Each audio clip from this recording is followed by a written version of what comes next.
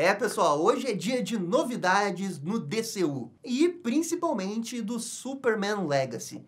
Nós estamos naquela temporada de prêmios de Hollywood. E no elenco do Superman Legacy temos atores e atrizes super conhecidos, renomados na indústria, que participam dessas premiações. E, recentemente, tivemos a atriz Rachel Brosnahan, que vai ser a Lois Lane, e o ator Anthony Carrigan, dando entrevistas nessas premiações. E claro que perguntaram sobre Superman Legacy para eles.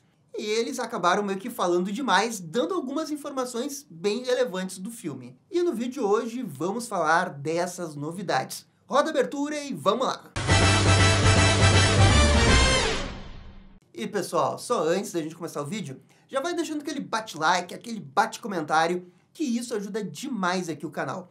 Muito obrigado para todo mundo que faz isso. E um grande abraço para todo mundo que se inscreveu recentemente para ser membro do canal. Valeu mesmo. E beleza, falando de Superman Legacy, essas entrevistas aconteceram na noite de premiação do Emmy. A primeira coisa que eu queria destacar dessas entrevistas é que a Rachel Brosnahan confirmou que o David Corenswet já está em Atlanta realizando treinamentos das cenas de ação. E tipo, isso é muito importante porque são aqueles pequenos detalhes finais de como que ele vai voar, como que ele vai dar o soco, como que é a coreografia dessa cena de ação, como que o Superman tem que lutar. Eu não sei porquê, mas eu acho isso muito empolgante. Eu adoro esses bastidores de filme. Se você vê alguns vídeos de documentários, né, de behind the scenes, você vai ver que esse processo é extremamente complexo e envolve treinamentos de semanas, porque todo detalhezinho importa. O que o ator vai fazer na hora de voar? Qual o equipamento que vai suspender o David Corenswet para fazer as cenas de voo? E, inclusive, eu vou até um pouco mais longe nessa especulação, porque eles podem estar, nesse momento, finalizando as medidas finais do traje do Superman. É bem provável que o design já esteja fechado, mas o David Corenswet, como ele estava treinando bastante para ganhar massa muscular, talvez ele estivesse treinando para já ficar com o corpo preparado para o traje, e aí, quando eles fossem chegar perto da produção do filme, faz aquela última medida, né, antes de confeccionar o traje definitivo. Então, em algum lugar de Atlanta, David Corenswet já está vestindo o traje do Superman. Em definitivo. Imaginem, senhores, imaginem. Gabriel, mas será que esses treinamentos, será que não pode vazar? Sendo bem sincero, dificilmente alguma coisa do treinamento vai vazar, porque todo esse treinamento acontece em estúdios gigantes lá da própria Warner. É praticamente impossível um paparazzi conseguir uma foto, mesmo que de longe, com a melhor teleobjetiva da história do planeta Terra, uma imagem dele lá dentro treinando no exato momento. É praticamente impossível. Agora, o que pode acabar vazando é que agora que as pessoas sabem que o David Corenswet está em Atlanta, é dos paparazzis que moram lá, né, que ficam tirando foto de celebridade, ficarem prestando atenção se ele tá e tirar uma foto dele no meio da rua. E aí essa foto vai valer mais pra ver, né, o quão grande que ele tá, porque a gente já viu recentemente que ele tá muito grande. Você compara uma imagem de quando ele foi escalado para as imagens recentes que estão vazando dele, cara, ele tá muito mais forte, ele tá muito mais forte. Gabriel, mas será que a gente não pode ver o quão forte que ele tá? Na verdade, a gente até pode, porque segundo informações dessa conta aqui no Twitter, a princípio, essa semana vai acontecer uma entrevista do David Corenswet para um podcast do YouTube. E bem, aí ele poderia participar ou virtualmente, né, por uma webcam, ou, né, presencialmente. Será que ele já pode estar com o cabelinho de Superman? E com certeza vale muito a pena ficar atento nesse podcast, porque é eles entrevistando o David Corenswet. Com certeza vão perguntar sobre coisas do filme. Então, assim que tiver novidades desse podcast, e se ele de fato sair, e se isso for verdade, eu trago as novidades aqui no canal. A segunda informação mais importante que a Rachel Brosnahan deu em entrevista é que ela confirmou que deve ter 2 cenas contracenando com o Anthony Carrigan, que, como eu disse, vai ser o Metamorfo. E assim, ok, pera aí. Aqui ela deu uma informação importante. Lois Lane, repórter investigativa, vai entrevistar o Metamorfo. Interessante. Aliás, eu que tô especulando aqui que é uma entrevista. Ela vai ter uma cena com os dois juntos. E aqui entra uma coisa curiosa, né? Porque o Metamorfo, ele é aquele personagem que foi transformado no Metamorfo. O Rex, ele nunca se aceitou tão bem como Metamorfo.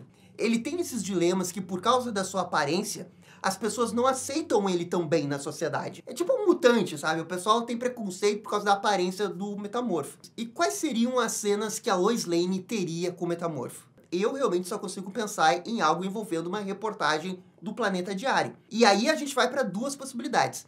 A primeira possibilidade é que a Lois Lane está investigando alguma coisa da LexCorp, ou alguma outra empresa bilionária que existe no universo da DC. E essa investigação acaba levando ela até o Metamorfo, porque esse Metamorfo do James Gunn talvez tenha uma origem que se aproxime muito mais à origem do desenho, que é um acidente de laboratório.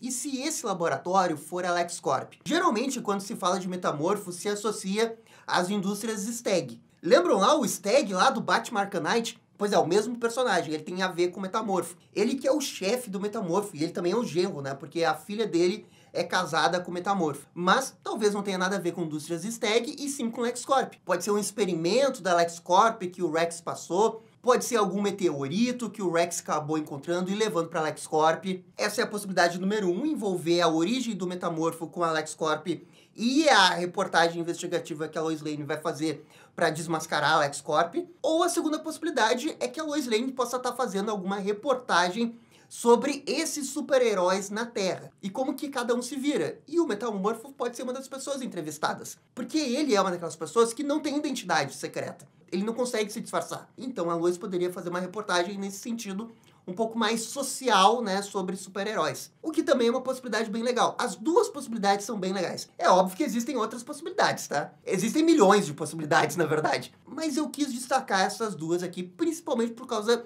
do Metamorfo, essa relação Lois Lane e Metamorfo que a gente pode ter ao longo do filme. Porque essa, de fato, é uma confirmação que a gente vai ter. Lois Lane vai conversar com o Metamorfo em algum momento do filme, sabe? Isso é importante. Até porque a gente não pode menosprezar a participação da Lois Lane no filme. A Lois Lane, com toda certeza, vai ser importante. E qual que é a grande contribuição que a Lois Lane geralmente dá para as histórias do Superman? Ela pode ser aquele pilar que segura o Superman quando ele tá mais fragilizado emocionalmente. A gente viu isso em Superman contra Elite, a gente viu isso em Superman e Lois. Ela pode ser também aquela repórter investigativa que o que ela vai investigar acaba desmembrando todo o coração da história do filme e o que envolve o lado dos vilões. E isso a gente viu ali no Superman e Lois e até mesmo no Batman vs Superman, tem um pouquinho isso. Superman Returns tem levemente alguma coisa parecida. E no filme do Superman Legacy, eu tô vendo que ela vai contribuir muito com o lado investigativo. Até porque esse é um lado que, com exceção da série do Superman e Lois, eu acho que eles nunca conseguiram usar bem esse negócio que a Lois é repórter nos filmes. O Snyder foi o que mais tentou dar esse lado mais repórter da Lois. O problema com a Lois do Snyder é que ele nunca sabia o que fazer com a Lois no terceiro ato. Ela se perdia completamente na história. E como no BVS, que a participação dela como jornalista é um pouco mais ativa com ela lá em Washington, aquela parte até que é interessante, mas o que ela descobre lá acaba tendo pouco impacto com a própria história. E é isso que eu espero que eles consigam resolver com a Lois Lane do James Gunn. Conseguir fazer com que esse lado da repórter da Lois Lane seja o fio condutor da história e que ela no terceiro ato não se perca e eles consigam encontrar uma maneira de deixar ela relevante para a história. Porque quando a gente olha pro jeito que o James Gunn escreve, ele costuma ter uma temática central e os núcleos dos personagens, eles acabam se conectando no cerne da própria história. O exemplo disso é o cachorrinho lá dos Guardiões da Galáxia no 3. Ele não se conecta diretamente com a história, mas o arco que esse cachorrinho tem na história tem tudo a ver com o arco central do filme, que tem a ver com que essas pessoas se encontraram e elas são a própria família delas. Eles fazem de tudo para proteger sua família. Então ele consegue transitar muito bem nessa temática e dar o arco para esses personagens. No Superman Legacy, eu imagino que parte do tema central tem a ver com esperança, como que as pessoas veem essa questão dos super-heróis, porque isso tá na sinopse que a gente tem, que o jeito do Superman pode ser visto como antiquado e tem os outros heróis também agindo. Então é de se esperar esse embate social de como que a população vê os super-heróis e vê o Superman.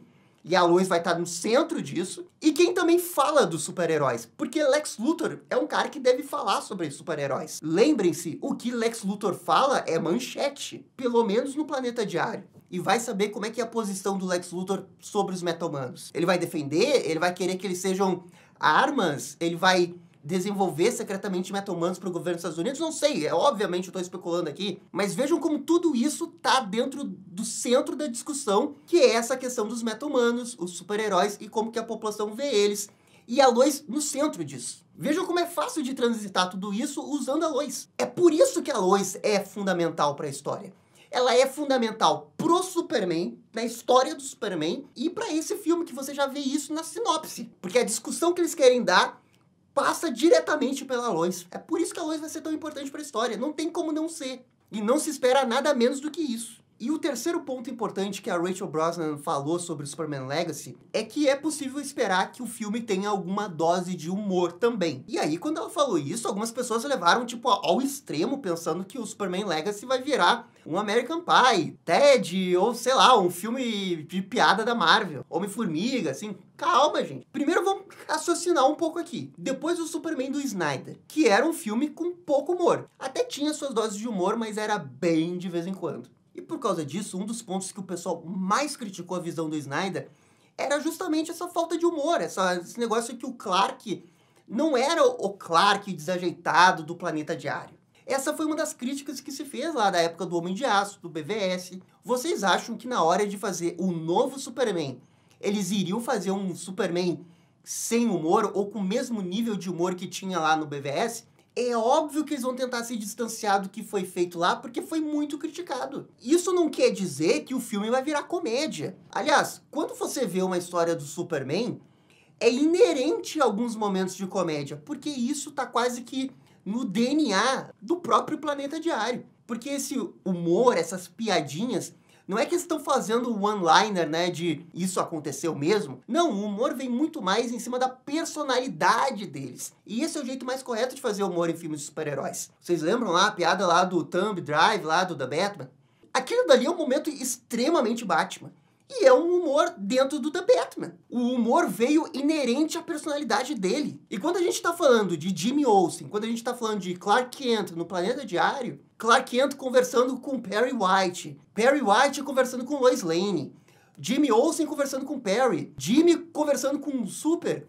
É difícil esses personagens estarem sérios o tempo todo. É muito raro disso acontecer. Sempre tem uma dose de bom humor ali. Não esperem que a redação do Planeta Diário seja a redação daquele filme Spotlight, que é super sério, super sisudo, porque também é um assunto super sério que eles estão tratando lá. Mas também não esperem que vai ser a redação daquele filme Anchorman, que não tem nada a ver. Lá é piada. A gente tá falando de humor inerente ao personagem. O Clark chega no Planeta Diário, só que ele tá atrasado e ele acaba esbarrando na Lois e ele acaba caindo e os papéis saem voando e ele fica pedindo desculpa pra Lois de um jeito meio fofinho. Isso é o humor.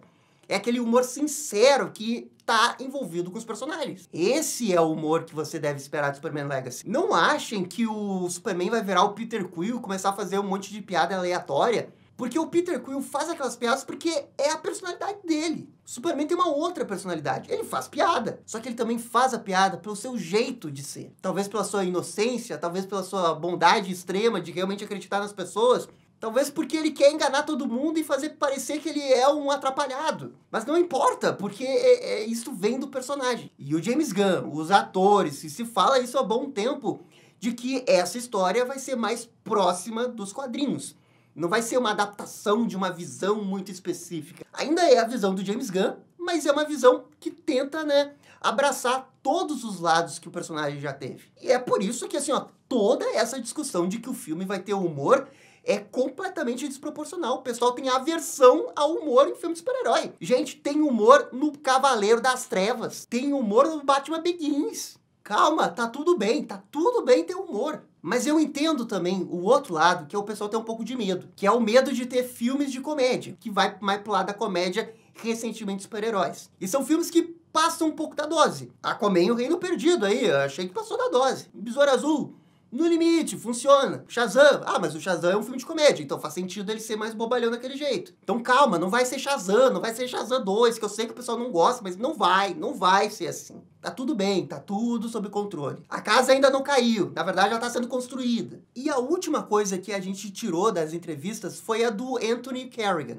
Perguntaram ali pra ele, né, qual que é a grande inspiração, onde que ele tá buscando inspiração pro personagem do Metamorfo. E ele deu uma resposta um pouco protocolar, né, dizendo que ele tá lendo todos os quadrinhos do Metamorfo, mas o que foi interessante que ele falou foi o que ele disse depois, de que ele não tá usando só os quadrinhos para fazer isso. Ele tá também inventando um pouco dentro das suas próprias experiências. Porque esse negócio que eu falei aí do Metamorfo, de que ele é uma pessoa que tem dificuldade de se encaixar na sociedade e que as pessoas veem o Metamorfo de uma forma diferente, o Kerrigan comentou exatamente a mesma coisa. E ele mesmo se identificou um pouco com o personagem porque ele tem esse problema de alopecia, que é o problema do cabelo cair. E ele, comentando de uma forma bem sincera ali na entrevista, disse que por causa desse problema, as pessoas sempre viram ele de um pouco diferente. E que ele quer trazer o que ele sentiu também pro personagem. Então ele meio que conseguiu se identificar com os problemas do personagem. Pô, aí ele foi perfeito. História em quadrinho tem muito a ver com isso, da gente se identificar com os problemas das histórias. Mesmo que seja através de uma metáfora, de uma alegoria, que não seja exatamente o mesmo problema, mas você ainda consegue se encaixar com o personagem. E o Kerrigan viu exatamente isso no Metamorfo. E assim, é também interessante ver que ele destacou a mesma coisa que eu falei na teoria, de que o Rex Manson não se aceita exatamente com a aparência que ele tem. E ele vive à margem da sociedade, se escondendo, com medo do que as pessoas vão falar. O que reforça a teoria de que o filme, de alguma forma, na sua história, vai abordar esse lado dos super-heróis e como que eles são vistos pela sociedade. Seja o Superman, seja a Autoridade, seja o Metamorfo. Mas talvez isso seja até mesmo um pouco o arco que o Metamorfo vai ter no filme. Da sociedade ser muito julgadora por causa da aparência dele, e no final do filme, talvez por alguma coisa que o Superman tenha feito, talvez o Superman ajude as pessoas a verem o melhor dessas pessoas, como o do Metamorfo. E o Metamorfo, no final, consiga se aceitar mais e viver junto com a sociedade, talvez até formar uma equipe ali com o Mr. Terrific. Claro que eu tô especulando aqui. A verdade é que eu tô tentando ver alguma coisa. Não estão nos dando nada e eu tô tirando alguma coisa daqui. Posso estar viajando muito com essa teoria, mas é só uma teoria. Mas, de qualquer jeito, essas são as novidades de Superman Legacy de hoje. Galera, comentem aqui embaixo o que vocês estão esperando de Superman Legacy e dessas novidades recentes. E no mais, gente, eu fico por aqui. Muito obrigado e dá-lhe descer. E esse foi o vídeo com as novidades de Superman Legacy. E aí, gostaram? Não gostaram? Deixem suas opiniões nos comentários. E se curtiram o vídeo, deixe aquele joinha e inscreva-se no canal para ficar sabendo absolutamente tudo sobre Batman. Obrigado, gente, e até a próxima. Tchau, tchau!